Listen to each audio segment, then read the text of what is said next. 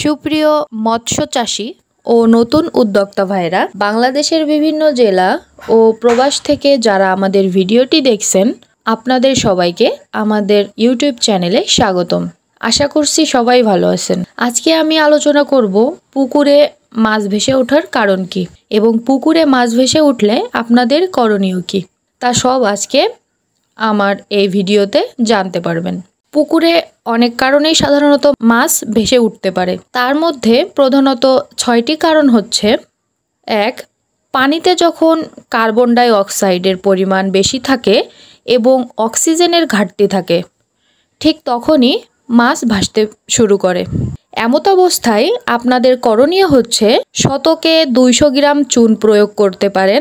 চুন প্রয়োগ করলে পানির মধ্যকার কার্বন ডাই অক্সাইডকে চুন ধরে রাখে, অক্সিজেন বৃদ্ধি করতে সাহায্য করে, এতে মাছ ভাসা রোধ করে।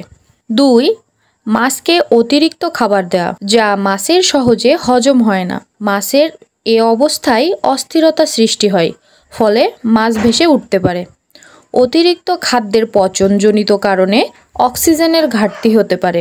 সেক্ষেত্রে আপনাদের করণীয় হচ্ছে মাছকে অতিরিক্ত খাবার দেয়া থেকে বিরত থাকতে হবে। 3. অতিরিক্ত সার প্রয়োগ করার কারণে ফাইটোপ্লাঙ্কটন, জুওপ্লাঙ্কটন এবং পুকুরের তলায় বিভিন্ন প্রাণীর উপস্থিতিতে অক্সিজেনের বেশি ব্যয় হওয়ায় মাছের ভেসে ওঠার কারণ হতে পারে।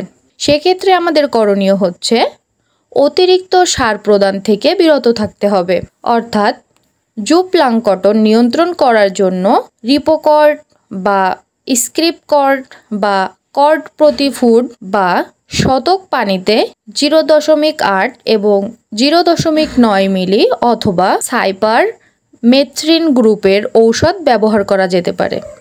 এর বাইরেও হয়তো ভেসে ওঠার কারণ থাকতে পারে। 4.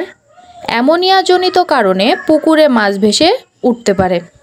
সিলভার কার্প চক্কর দিয়েই ছুট মেরেই শূন্যে লাফ দিয়ে পড়ে মরে যায়।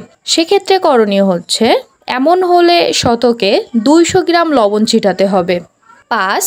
হাইড্রোজেন সালফাইড গ্যাস হলেও মাছ ভাসতে পারে।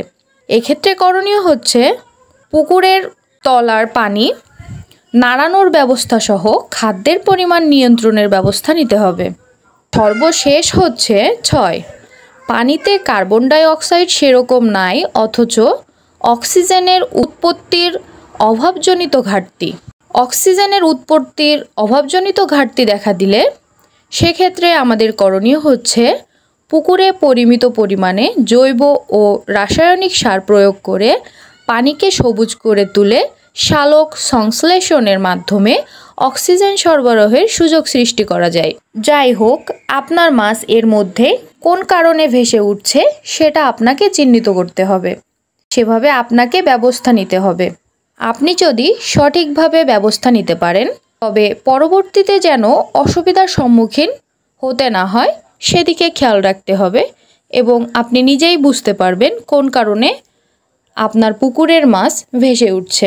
একটু সতর্কতার সাথে মৎস্য চাষাবাদ করলে সহজেই লাভবান হওয়া যায়। মাছ সম্পর্কিত বিভিন্ন সমস্যা সম্পর্কে জানতে আমাদের ইউটিউব চ্যানেলের সাথে থাকুন। ভিডিওটি ভালো লাগলে অবশ্যই লাইক, কমেন্ট এবং শেয়ার করবেন। বিস্তারিত তথ্য সম্পর্কে জানতে আমাদের ইউটিউব চ্যানেলটি সাবস্ক্রাইব করে রাখুন। সবাই ভালো থাকবেন, সুস্থ থাকবেন। আল্লাহ হাফেজ।